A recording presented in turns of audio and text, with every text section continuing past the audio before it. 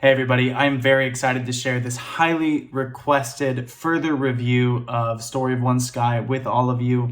Obviously, just like with the original reaction, you may have to put up with some changes to the video. I don't know what's going to happen with copyright stuff on here. Again, copyright holders are free to do these kinds of things, and I'm just going to prepare for whatever that is. Also, this is the longest YouTube video I have ever made. You're going to hear my voice start to go. This is why drinking water is important. I was talking for almost an hour straight, so it has taken me a little bit to get around just to editing this. I've been working a lot. I shot this, I think, in early December, and it's now 2023. So apologies for the delay on this. You know, life and the holidays and work and everything else has happened and continues to happen. So thank you for your patience on this. I hope you enjoy. Please watch the whole thing. It was a big labor of love, and I wouldn't do it if I didn't mean it and if I didn't love it. So here we go with my very long analysis of Story of One Sky. Hi, welcome to my channel.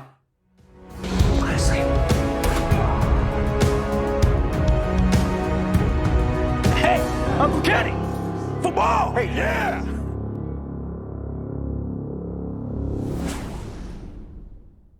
If you're new here, my name is Cedric. I'm an actor, a filmmaker, a screenwriter, and a YouTube reactor. And before you watch this, you should go back and watch my reaction to Dimash's Story of One Sky, where I analyzed the visual aspects and the song itself for the first time. I'm linking that in the description, so please feel free to check that out. This is going to be a more in-depth analysis of it. Now, it might be a shorter video because I'm not reacting to it for the first time. Wrong, sir. Wrong. Before, we really jump in, I want to say that I had a very cool experience when making this video, which is that I got to talk with Dmitry Volmer, who was the director of photography, the cinematographer for this video, for Dimash's Story of One Sky. So he's in charge of the visual aspects of the video. So we talked a little bit. Now, we didn't do a video interview, so you're going to be hearing me sharing his words with you. But just talking about some of the visual work within the video and how it was achieved, why it was done the way it was, which I hope helps educate you a little bit on the nature of the video, on the experience that you have watching it, and on the intention of what we're seeing. Now, what I'm going to do with this is we're going to explain not only how it was shot, but the why. The storytelling aspect of it, the vocal production. We're going to go in depth with it. And what I'd like you all to do is take what you know of the story, what you've been told of the story, maybe even what you know Dimash was going for. And I want you to hold that really close to yourself. And I also want you to take it and I want you to put it on your bookshelf. Okay? So definitely take what you think the interpretation of it is. Hold on to that. Please don't let that go. But I also want you to open yourself up to maybe there's another way to also take this. Because one of the most important things about art is we make it, artists make it with what we want to say. And then we release it to the world and it's not ours anymore. It's a collaboration. And so part of it is when I'm directing a film, right, I have my vision and then I have my director of photography. In this case, for this video, that's Dmitry, who might come in and say, well, I saw it this way because this is what's speaking to me about this. And there's a good chance that I hadn't thought of that. And so that's going to change my perspective. The sound mixer might say the same thing. An actor might do the same thing for me. And then the editor is going to put it all together and they're going to tell, that's where the thing's really built, right? So then they're going to add something on that I never thought of. Oh, wow. Oh, can we maybe cut it this way instead? Oh, I really do like this shot. Can we put this in? Then they're going to make those changes. And then, of course, we release it. And then there's the audience, what they're bringing to it. And that's why art is inherently subjective. So there's what the artist is trying to say, all the artists, both together and as individuals with it. And then there's what we bring, our lived experiences. This video is inherently different as someone from Ohio in the United States watching it than someone, for example, in Kiev, Ukraine, right? We are having two different experiences watching this because if I can be honest, and this shouldn't be controversial, and if any of you are upset with me saying this, I encourage you to read a book. Historically, my country has been the wager of wars. We have been the ones that have been going to war, not the ones who have been warred against. You know what I mean? Like, we have been the ones as the aggressors for, a number of socio-political reasons that we don't need to dig into. But those are inherently different experiences, and people are complex, society is complex, history is complex. And I think that's what works about this video, is whatever your lived experience, your society that you're bringing into it, your religion that you're bringing into it. I'm quite a devout Christian. However, it's not like all Christians and I agree on things. I'm what would often be labeled as quite a progressive Christian. versus some more fundamentalist Christians, even moderate Christians. And then there's, even in this video alone, I remember symbolism of Christianity, Judaism, Islam, probably other things that I missed and that I might miss this time around too. And if there's something you picked up on, I encourage you to comment it. But I think that's what art does effectively. Think about Dimash's Ave Maria, right? It's a Christian hymn, it's a Christian song, it's this beautiful piece of music being performed by a Muslim and arranged by a Jewish man. And all of those experiences bleed into that song, and that is why it's an experience that we can all share as viewers that gets at something that connects us all, that common thread that really ties us together in this search for meaning and understanding in life. And so I think that's what Dimash is trying to do here. And I know that Dimitri told me about some of the things that they were really going for and some really powerful stuff that we did talk about in the previous video that maybe we can go more in depth on in this video. So it is kind of expected, if you're watching this, that you've seen the video before. This is not going to be your first time watching it. I hope that with any of my videos, you've watched the actual video before you watch mine, because I want to make sure that these artists that I'm analyzing are getting the clicks that they deserve. So here we go. This is my deeper analysis of Dimash's Story of One Sky. Also, I'm going to be talking over the video because, again, I assume that you have seen this. So I'm going to be talking through it, over it. If you want to watch the original video uninterrupted without me talking, please watch that video. That's what's going to happen. So, fair warning. I can't believe I forgot to thank my patrons. I am so sorry. Thank you to all of my patrons on Patreon who have supported me and who requested this and who recommended this originally, and for all of your continued recommendations and continued support. Thank you so much for just making it possible for me to live out my dream. I also want to give another shout out to Dimitri. Thank you so much for your advice and insights and just, your thoughts and explanations, and thank you for your art. All right, here we go. All right, so we're going to start here in the water, which of course has a different meaning if you've already seen this. This idea of, yes, drowning, but also this rebirth, right? Great sound design right to start off. So in the beginning, if you look back, we can't actually tell who that is. We can't tell if that's the young Dimash or the old one. Now it kind of looks, if I really get in, you can see that it's the young one, but it's meant to be intentionally ambiguous. Because then when we cut to this other shot after the title, right here, it goes to black, Dimash Kudaibergen, he's clearly a lot closer to the surface of the water, right? So there's an ambiguity that exists there that ties the end of the video in with this one. Gets saved.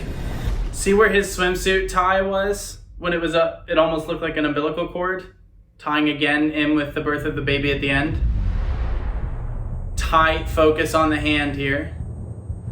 Really tight focus. Overhead shot. Think about the sound design here. You hear the heartbeat. Almost sounds like a pad warming up to shock him.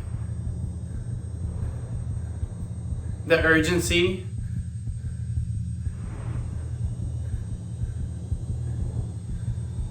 It's getting bigger, bigger.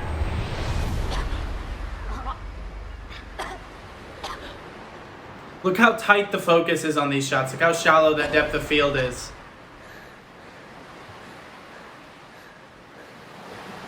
Good performance from this kid. Understands what he just went through. The Story of One Sky. So before we jump in here, what I want you to think about in this first section, what I'll call Act 1 of the video, which is this sort of backstory to the three of them, to our three main characters on the beach. I talked with Dimitri about this, and he shoots mainly handheld and shoulder mount here on the beach. This creates an intimate feeling as we're going, and I know I talked about this in the first one, but again, it feels almost like we're watching memories of what they've experienced. It's got this sort of wonderful feeling, and even with the light changing, which you can't really control, and Dimitri also said that he loves to use natural light, which speaks to my heart as a director because I love using natural light when I can. But you can't control the sun. You can't control natural light. And so to me in this beginning, the light changes between a few shots. You'll notice there's a shot of the beach where we see the boat down the beach, and then we cut and like the sun completely changes between the shots. You can't control that. But for a scene like this, I actually think that works because we're not seeing what happened, we're seeing a memory of what happened. We're living in this memory of all three of them. And so this shoulder mount helps underscore that, helps keep it feel like it's moving, like we're walking there with them in this experience, versus when we get into the war, it's a lot more sweeping, a lot more smooth camera work. It's meant to be a little bit more intense visually. So the shoulder mount's gonna help with that. Also, look at the color grading here. A little bit more saturated, a little bit more of that green, that blue, that tan. It helps it feel safe.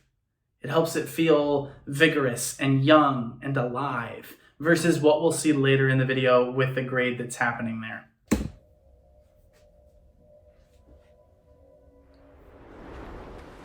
See this shoulder mount, low shot. See what I mean?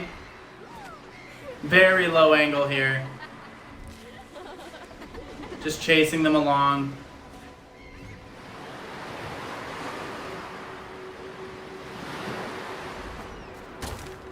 See, the light's changing between shots, and that's okay.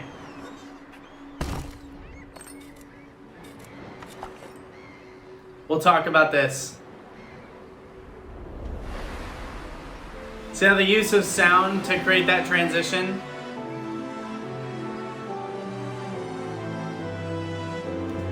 Now, Dimitri, you're really good, okay? I love the spherical lenses. So Dimitri told me what, and we'll get into the camera after this first section, but he told me he shot on spherical lenses because he wanted this very shallow depth of field. Again, it helps focus us on them. We're not looking around at the beach, we're not looking at this cliff behind them, we're not looking out at the water for the seagulls to see if we see any whales or anything. We're focused on the characters, and this very tight focus on them really helps us feel in the moment. It helps connect us with them, which we need for later on what happens to all three of them. We need this intimate connection with them as children. We need to see how they got to where they are. It's a really tight focus, like almost shockingly tight focus on some of these shots, but it helps us feel like we are legitimately there. Especially when we see these two, we're getting these slightly wider shots, but with Dimash, it's so tight, it's so focused. And we get this with his character later on, how focused he is. How he's got this determination where once he decides what is right, that's what he's going to do, for better or for worse.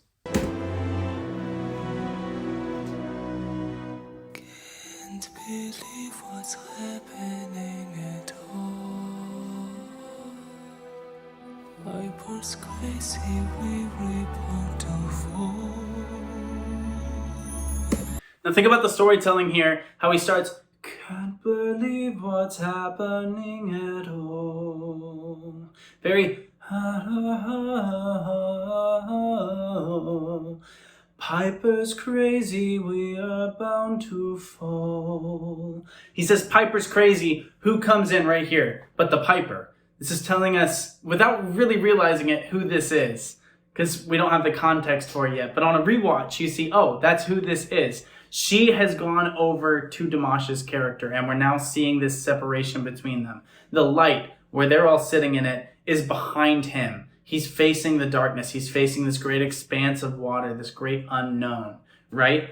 And so we're getting a lot with that. It's a very pulled back thing from Dimash. And to the people that say, I don't know why he's saying this in English, I wish he had gotten a vocal coach. I speak English. It's fine. It's good. Okay, it's a difficult language. I understood what he was saying. If not, you can just do captions. I think it works. I have no issue with it. That's my stance in defense of Dimash. His English is quite good, considering how many language he speaks, considering what he's focused on. I think it works. We are the reason we're causing all that pain, to the secret room that gave us life. Billions of hearts. See how the compass that the Piper's being offered is like spinning, like it doesn't actually have a true north? Dreams. Billions of lives shouldn't ever turn to senseless horror, so disembarked. Oh.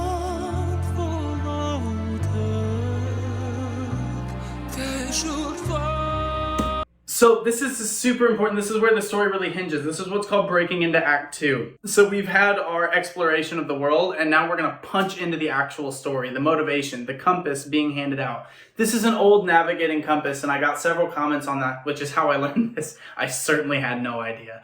So it almost looks like a 4, which I had no idea what the symbol, what the reason for it was. I'm intrigued by it for a number of reasons, right? The compass that's supposed to give you the true direction. When she chooses Dimash, when she chooses to sit with Dimash, notice that he offers the piper the compass, but he puts the compass on her because he knows what her direction is, right? Now, again, maybe you're reading a little bit too much into it, but I kind of doubt it. He has this feeling, oh, this guy just saved my life. You know, I hope he's going to go in this direction of life. I hope he's going to choose life.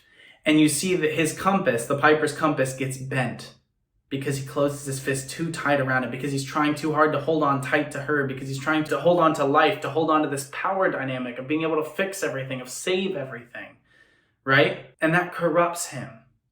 And it bends his compass. Versus Dimash and the girl who I don't think gets a name in the story, which is fine. Dimash's character's name isn't Dimash anyway. So we get this kind of bent compass in this gorgeous lighting still with everything that's happening, these tight focuses. But notice how the camera's coming from behind the piper a lot versus in front of Dimash and the girl. We're starting to see this visual language of where is he going to choose to go? And of course, we're sitting there going, oh, Dimash, he's going to choose the right path. But does he? Does he choose the right path? Now, you'll notice when I said using that shoulder mount, a lot of the camera is pretty steady when they're out there on the beach. Maybe there was, I didn't actually ask Dimitri whether there was Steadicam being used there, but the handheld moment is super important. And Dimitri actually told me why he shot that section handheld. It's this low angle when they're chasing down the beach with the sand, they're running right behind them.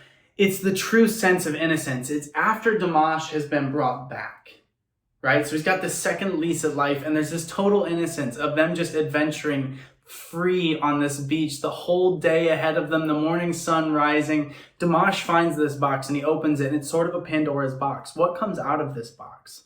What happens with this box? It's super important that we see this shoulder mount, this innocence, this freedom that they all have together.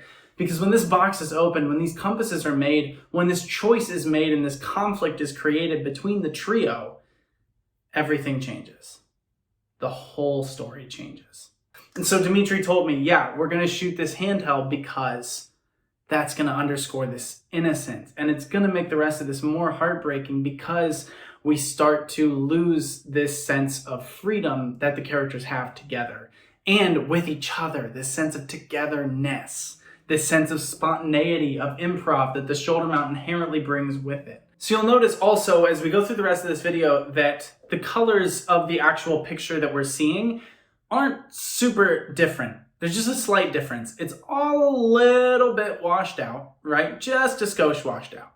But that's because Dimitri used something called a LUT. Now a LUT is used in color grade. It's kind of a base color palette to just kind of drop when you shoot raw especially. There's so many different ways you could go with the color grade. I'm probably going crazy in post-production right now on what I'm doing with this, and this isn't even shooting in raw. So there's all these options on really how you can make a picture look different. Here's an example of a couple of different LUTs being dropped onto a raw footage just to show you how you can change the look of something based purely in color grading.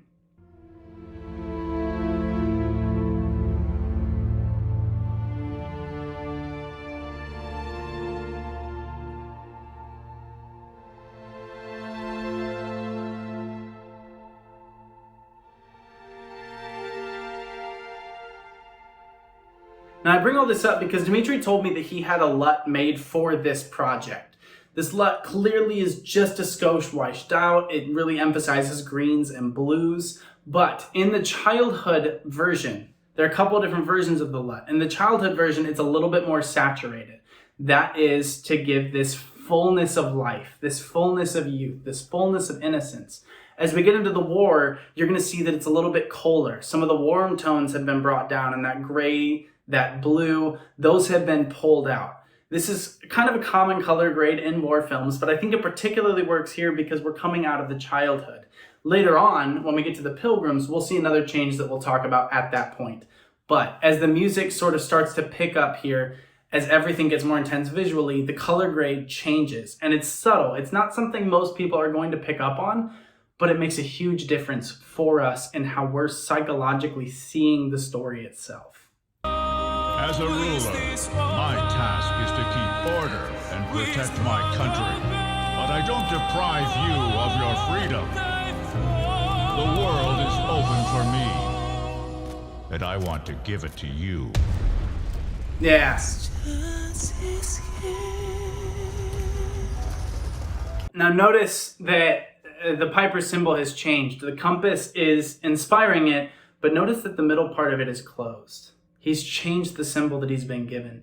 It's no longer a compass, it's just a piece of metal. And so when we take symbols, and feel free to invoke current events here with some other stuff that's been happening, but when we take important symbols that mean something, that have a function, that matter, and we twist them to fit a narrative that, to justify our own ends to violence and to hate, no. It doesn't work. And I love the use of that visually within this. Also, notice how Dimash almost had this sorrow in his voice. With the blood of birth, and then he pulls back. And now he's here. And it's a lot more quiet. Even as we have explosions and there's more happening. So we're pulling here as he's in the shadows, as he's surrounded by this death. There are these quiet thoughts matriculating through his brain on what he's experiencing and what he's seeing and how hard that can be and what that looks like. Now, Dmitry said that a lot of the times it was just sort of looking at the set, looking at the action and going, how are we going to shoot this? Now, for these outdoor scenes, they tried to use as much natural light as possible, which shows. Ambient light, the sun gives a lot of ambient light. It's really hard to fake. Generally, if you can use natural light, great. Usually what you want to use is a silk or a diffuser, which just helps flatten out the light. So for example, on my lights in here, what I'm using to shoot this right now, I have this big softbox light, right? So I've got this silk on it because it diffuses the light that's inside, which would be much brighter if I don't have it. This is a terrible example because it's right by my face, but you can see a little bit of that change, right? Just, it helps dim those shadows a little bit. So I've got those set up just for myself, and I create ambient light by bouncing it off my white wall here. But sun has ambient light that is a great tool if you can use it. The other thing that aids this is their haze, which I talked about in the last video. The explosions add haze and smoke. It creates this kind of drifting diffusion inside there. But they use negative fills and haze to just help dramatize the light, if that makes sense. Light functions as a character within the story a lot of the time as cinematography. Dmitry also said that his specialty is light, but on this one, it felt like distracting from the story. They just wanted to use the light that was present. And I would argue that that is inherently demonstrating Dmitry's specialty in light, because the knowledge to say, no, we have to pull back on how specific this lighting is going to be and just let the story unfold, takes a knowledge of lighting. And it takes a knowledge of the story that Dimash has decided to write to just say, no, the characters are what's going to drive this forward. And that's a strength of the writing. It's a strength of the story. So Dmitry's just going, well, okay, so he's running and we've got these beams that are here, right? So let me push the camera past them. That's going to create vertical lines. It's going to help Dimash feel like he's going quickly, but it's going to help push the story forward. It's going to be intense because we see violence happening, but he's protected because he's underneath something. Oh, but then he's out of that. Now he's no longer protected. He's out on his own, right? So it isolates him. It isolates him against the background when he's the one in the shadow, and then it isolates him when he emerges from that because now he's no longer protected. It's using this visual language, and notice that as he's running by all these explosions, he's saying, can we balance on the edge of a fiery grave? Dang. Can we balance on the edge of your grave? Hear how light that sound is? Our future is Right? Save. decide to stop the draining. We decide to follow their light. He really starts pushing on following the light, but he's so light, he's so gorgeous on those upper notes about the piper because it's hurting him. So he approaches it with a more classical operatic sound because it's hurting him, because this is his old friend and he knows that. And so now he's saying we have to follow the light. And sometimes following the light and choosing what's right means walking away from people that you love or loved. And that is difficult. And I think you can hear that sorrow and that choice in his vocal performance and in this himself, because he says we followed the light, but what does he do? He walks away from outside and comes in and hides in the shadows. There's complexity to what's happening here underneath the surface. And he's doing all this with this determination not to kill. Dimash's goal isn't to kill here, it's to live. Would that more people had that philosophy. As someone rolls by with a card outside, that's great sound.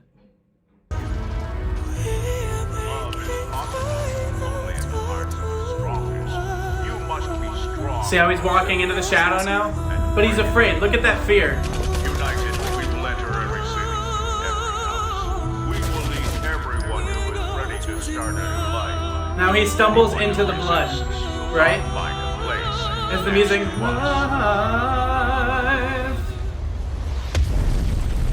War is the way to unite people. Low angle shot, a lot of negative fill on the side of his face.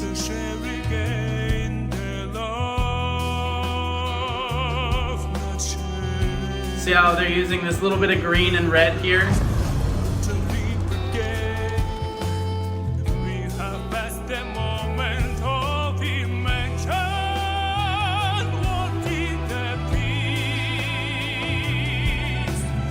So this is a great moment of lighting right there when they're in the bedroom, because the light is coming through those silk curtains, which is a natural diffusion, but you get this nice fall off on her as she's sitting there and the little girl, which creates this sort of softness and a truck backing in.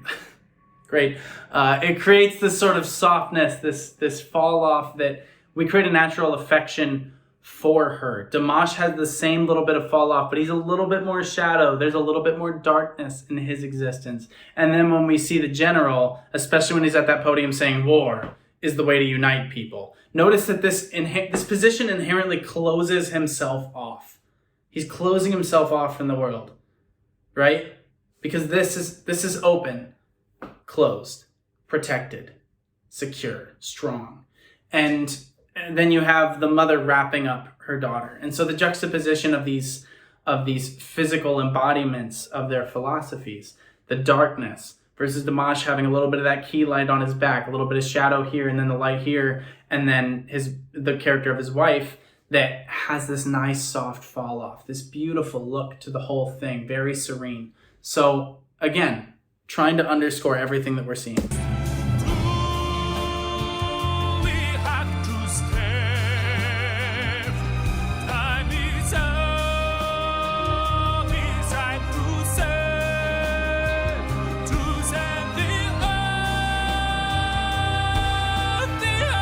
See how he was straight tone before that? Listen to that again. When he says, the earth,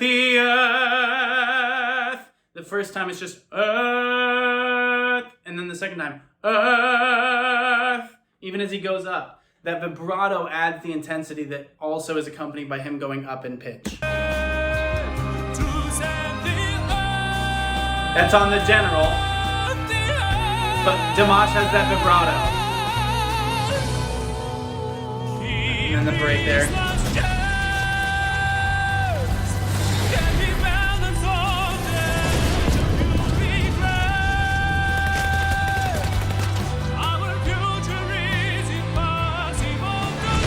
See just a shadow there?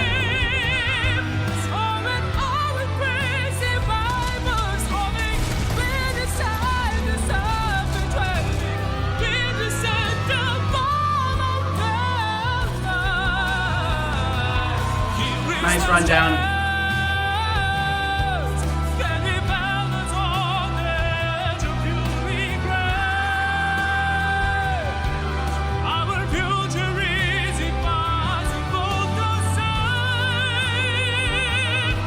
See, again, there's the sense of aggression versus protecting. There's the sense of violence as a last resort versus violence as just another Tuesday. You know what I mean? The low angle shots on the soldiers walking through, on the people throwing others into the walls.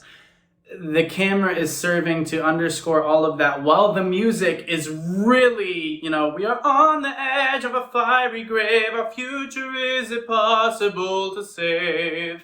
The lyrics getting super intense. Is it too late? Are we too far gone? That's the choice that Dimash's character is facing. Is violence the last resort that I have to create peace? Is it ever the last resort that we have to create peace? That's the question that he's asking in this. Is it ever right? And that's I mean, welcome to several thousand years of philosophy.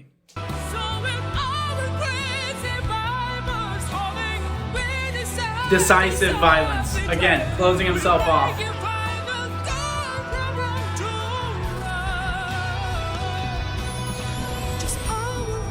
So the innocence here, the use of a little bit of pink in the frame. The stuffed animal, look at the look in her eyes. Use of sound design to tell a story. The isolation here, being alone. Now, I did catch this in the first one, but I wasn't quite as confident in my war history as maybe I should have been, because Waldenburg is famously a town that was bombed, I believe, and I guess I'll type a caption because, again, now I'm faltering in my confidence. I think it was after the war was over, or it was right as the war was ending. Just wiped. For why? For what reason other than spite and hate, right? Which is not a good reason. And that's what the general's doing here, right? He's going to go destroy a bunch of innocent people just to do it. He's not getting anything out of bombing these families. Nothing. Nothing. Except this satisfaction of having caused pain.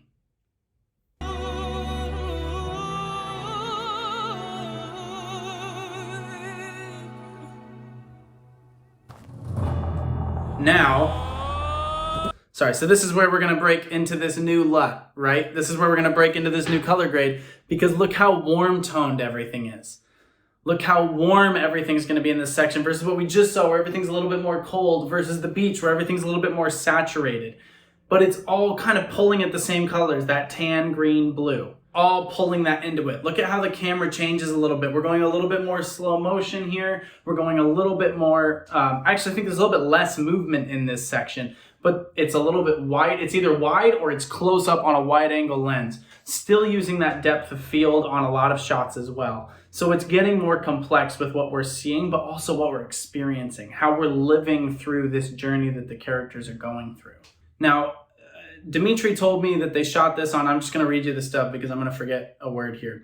They're shooting on an Alexa LF camera with Zeiss Supreme Prime lenses, which is a full frame set. Okay, so Alexa's, it's a cinema camera. I like them a lot. I tend to lean more, and I've shot with a lot of Blackmagics, which I like the color that those pull a little bit more, but certainly if we're dealing with an Alexa, that's why the camera is so gorgeous, and it's certainly going to handle a lot of this movement pretty well, and it's got great dynamic range to be able to pull these colors in and make use of a lot of low light situations, which is what's created so much of the drama that we're seeing. But with the full frame set, that's what's giving him this great depth of field visually.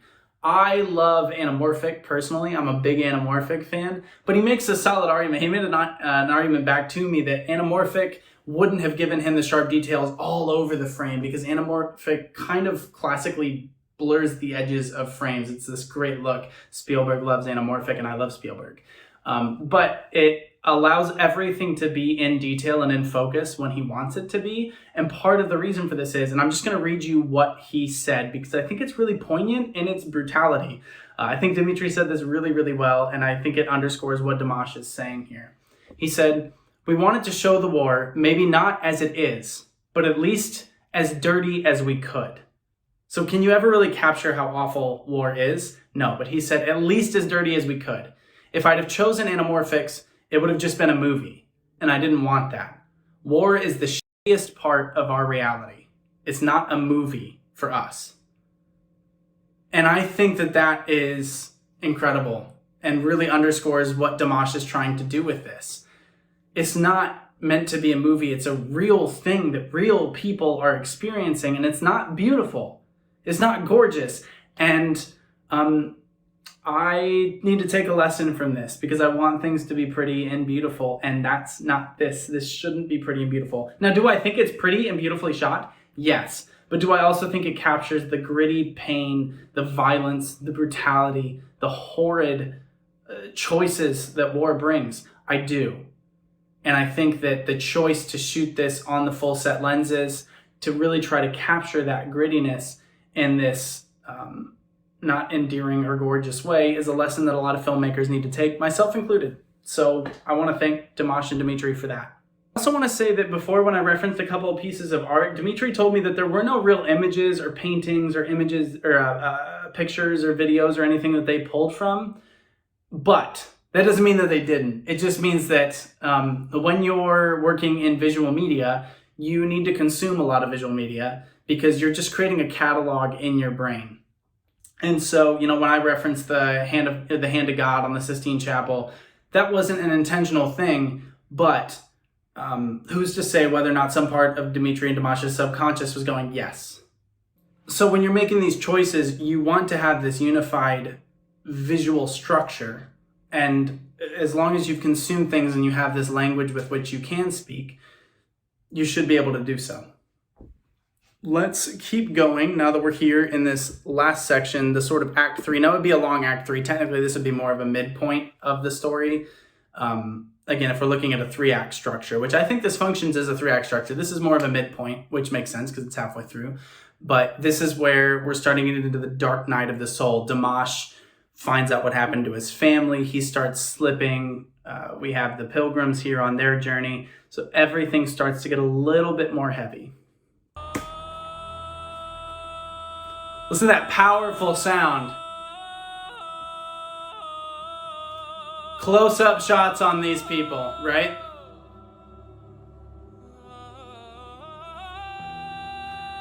Camera slowly pushing in. Slowly dollying up to reveal this devastation. Dimash, the only one alive. Now, what would he be feeling? Because he was hiding from these soldiers while all this violence was happening. He was hiding.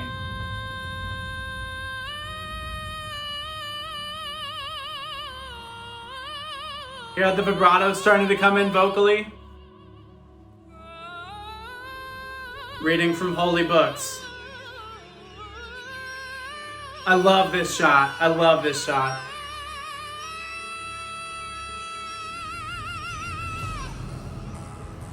Now there's the sense of the sacred, right? As we're pushing into this room, as we see this birth that's coming, we hear this scream. We talked about the blood of birth earlier on in the video. We're seeing the cross coming forward. We're seeing holy text. We're seeing someone fall to their death. Wide angle lens, people going around them because they're choosing life. And of course, people are going to stop. But these images of death, these images of coming in of life being an inherently violent experience as well.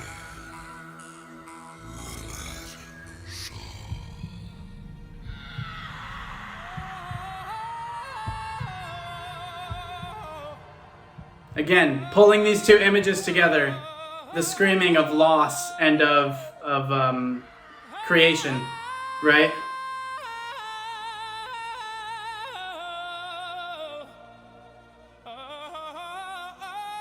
Really good performance from Dimash here from an acting standpoint. It's really believable. And of course, great performance here.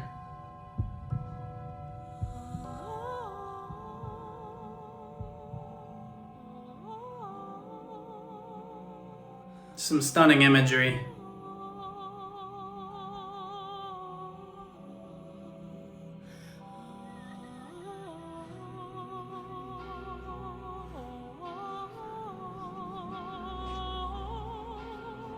Look at all these people seeking some kind of hope.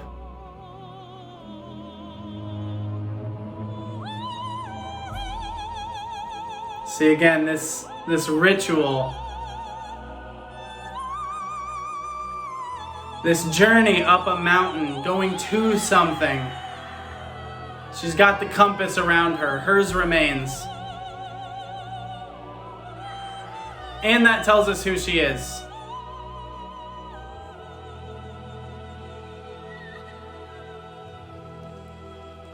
Mimicking the beach when he gripped it that tight.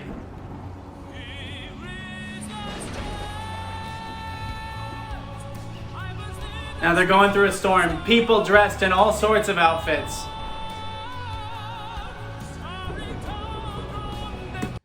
Now I referenced this in my last video, but this reminds me of the scene in Pan's Labyrinth where another character has to choose how they are going to encounter fascism. Right? How are they going to approach this?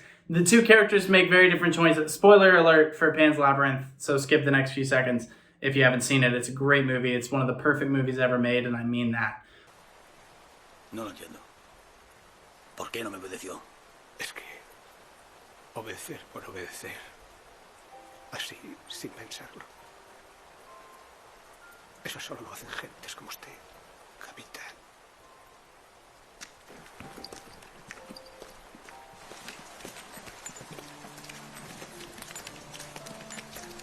And notice how we've got this fall off on Dimash using negative film light placement. Again, using that blue-green color. Now it's no longer this sense of abundance that it was on the beach. It's no longer this sense of nature. Now it's a sense of poison, of danger, of loss, of grief. Now that's the way these colors are going. So it's a good use of that. Nice use of the rain, nice use of low angles, tight focus, images behind them, creating triangles in the frame as these two men face each other and face their past and face their relationship together.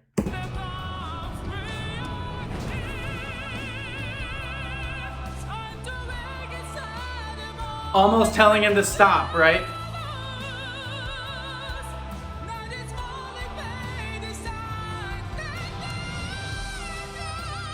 That part of the song,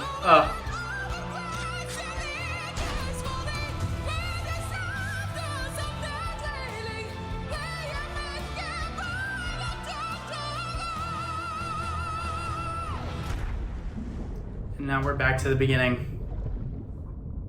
Now we're back to the beginning. And you think of purification as being by fire sometimes, right? But this purification of water, this imagery of birth, of being washed clean.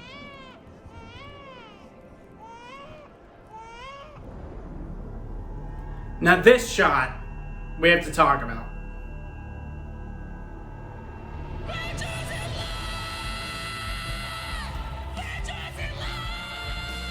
Ah. Using all these images, this is great editing.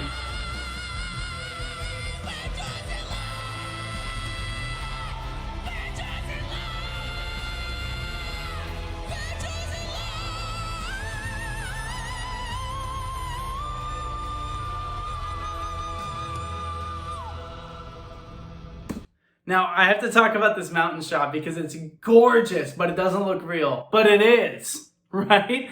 They were running out of sunlight. They only had 10 minutes to get the shot, which is the danger of using natural light, but also kind of the fun. And I think that some of the best moments in cinema are created out of that chaos of need. Hey, we only have a few minutes to get this shot. How are we going to go about this? And Dmitry said that they were out and they were trying to figure out how to get this shot, and he was just walking and found this spot between the two mountains where the sun was perfectly there, and they staged it and shot it that quickly. Now, of course, there's VFX being used. They shot it in a particular way to make sure that it was going to work. But what a gorgeous moment to just be bred out of this spontaneous, oh, this spot, this is it, this is the spot.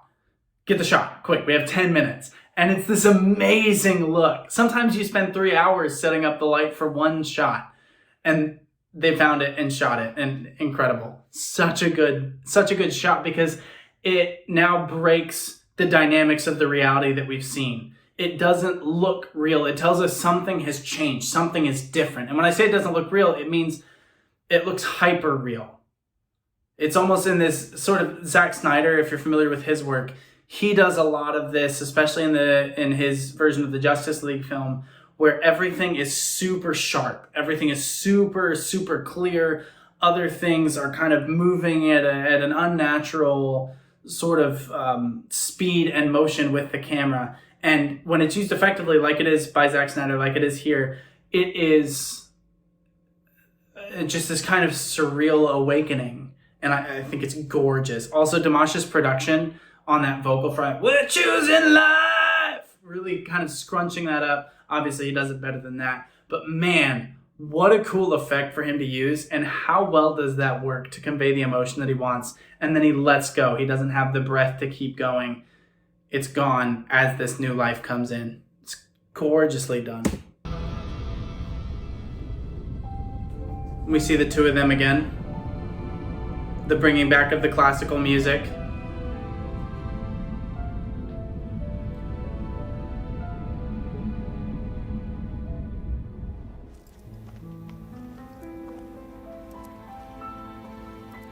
Now, what do you do when that happens?